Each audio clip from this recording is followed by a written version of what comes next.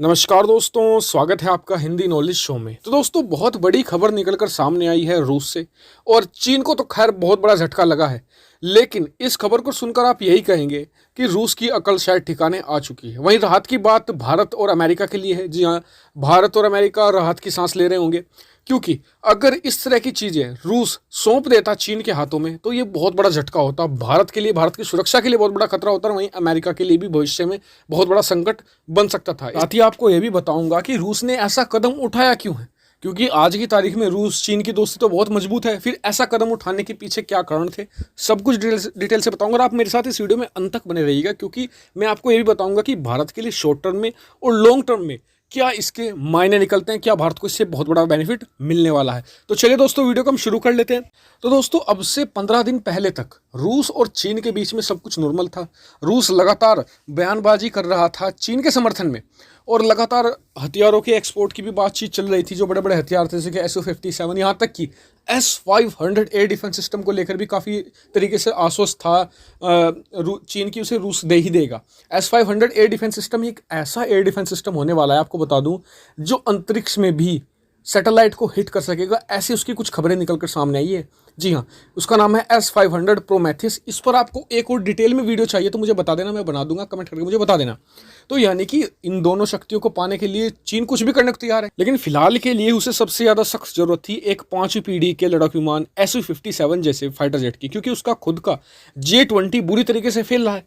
और उसे अगर भारत और अमेरिका से एक साथ निपटना है तो उसे 5वीं पीढ़ी का लड़ाकू विमान बिल्कुल चाहिए, क्योंकि अमेरिका के पास पहले से मतलब कि F-35 और F-22 रैप्टर है। और खबरें भी निकल कर आ रही है कि या तो भारत 7-8 साल में खुद अपना एम का बना लेगा 5वीं पीढ़ी का लड़ाकू विमान, या फिर अगर उसे इमरजेंसी जरूरत हुई तो भारत को अमेरिका सप्लाई कर देगा F-35। तो यानी कि भारत के लिए कोई यहाँ पर चिंता की बात नहीं थी। भारत के पास, भारत के दोनों हाथों में लड्डू था और अपना सिर घी के कढ़ाई में था। यानी कि भारत के लिए कोई इशू था ही नहीं। दिक्कत है यहाँ पर चीन के लिए।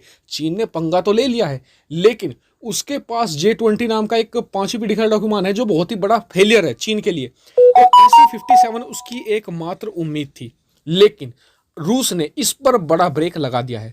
कारण उसका यह है कि 15 दिन पहले तक सब कुछ सही था, लेकिन अब 15 दिन बाद स्थिति पूरी तरीके से बदल चुकी है, जब से चीन की तरफ से व्लादिवोस्तोक नामक चीन रूस के एक शहर पर दावा करने की बात की गई है। उन्होंने कहा कि हम एक दिन इसे कब्जाएंगे। तब से रूस के कान खड़े हो गए हैं कि इन्हें इतनी ज़्यादा शक्तिशाली बनाना सही नहीं होगा, और चीन और भारत के बीच में एक शक्ति संतुलन बहुत ज़्यादा जरूरी है। क्योंकि रूस को भी पता है कि अगर चीन कभी आगे जाकर इतना शक्तिशाली हुआ कि वो रूस को टक्कर देगा, तो भारत ही एकमात्र देश है जो उसे दबा सकता है। ये बात अमेरिका को भी पता है, यूरोप को भी पता है पूरे, और रूस को भी पता है। और चीन पर तो रूस को पहले से ही शक था। उदाहरण मैं आपको देता हूं, जब S-400 एयर डिफेंस सिस्टम को, जो दुनिया का सबसे बेहतरीन डिफेंस सिस्टम है, उसे बेचा था चीन को, तो उन्होंने उसकी शक्ति घटा कर दी थी, पावर घटा कर दी थी। कैसे? उसे सिर्फ 250 किलोमीटर रेंज वाला सिस्टम दिया गया था, जिससे कि बस वो अपने शहरों को प्रोटेक्ट कर सके, किसी देश पर हमलावर ना हो। और भारत को जो सिस्टम दिया वो पूरा 400 किलोमीटर मतलब कि अटैकिंग था, और 600 किलोमीटर ट्रैकिंग वाला, यानी कि फुल फ्लेज सिस्टम दिया था हमें, यानी कि पूरी शक्तियां वाला है, उसकी पूरी एक्सटेंड ताकत दी थी, लेकिन चीन को घटा कर दी थी। तो यानी कि पहले शक था, लेकिन जब से व्लादिवोस्तोक पर दावा ठोका गया है चीन की तरफ से, तब से मतलब कि इनके कारनामों, चीनी कारनामों की भनक लग गई है रूस को। इसलिए अब कहा जा रहा है कि SU-57 का जो कोऑपरेशन है फिलहाल, जो चीन के साथ मिलकर बनाना था और उसे एक तरीके से एक्सपोर्ट भी करना था चीन को, उसे फिलहाल रोक दिया गया है। क्योंकि रूस को पता है कि कहीं ये उसके खिलाफ इस्तेमाल ना होने लगे। और रूस को एक चीज़ का और भी डर है, क्या? कि जैसा कि SU-35 के मामले में हुआ था। एक SU-35 फाइटर जेट था, काफ़ी मतलब कि SU-57 के बाद सबसे जो ताकतवर, रूस का सबसे ताकतवर फाइटर जेट है वो SU-35 है। चीन ने क्या किया, उसके 20-25 यूनिट खरीद लिए और फिर उसी की टेक्नोलॉजी कॉपी करके उसे 100-150 की मतलब की संख्या में तैयार कर दिया। तो यानी कि ये भी डर है कहीं उसका रेप्लिका ना तैयार कर ले चीन।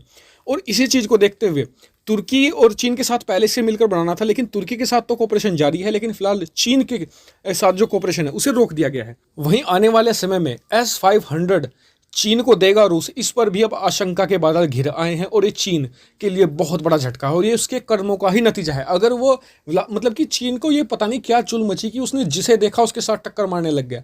भाई, हर देश की एक स्ट्रैटेजी होती है अगर किसी को घेरना होता है। अमेरिका ऐसा थोड़ी है कि अरब देशों में हर एक मुस्लिम देश के साथ लड़ दिया हो, वो पहले एक एक करके सबको लेता है। यही फर्क है अमेरिका में और चीन में।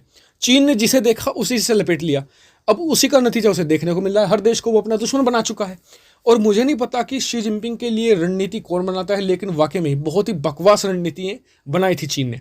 इस पर आपका क्या व्यू है, कमेंट करके मुझे जरूर बताएगा। साथ ही चैनल को सब्सक्राइब करना मत भूलिए। और हाँ, S500 Pro Mathis की वीडियो चाहिए होगी तो डिटेल में मैं बना, आप मुझे कमेंट करके बता देना। Thank you for watching video. Keep subscribe, keep share, keep support.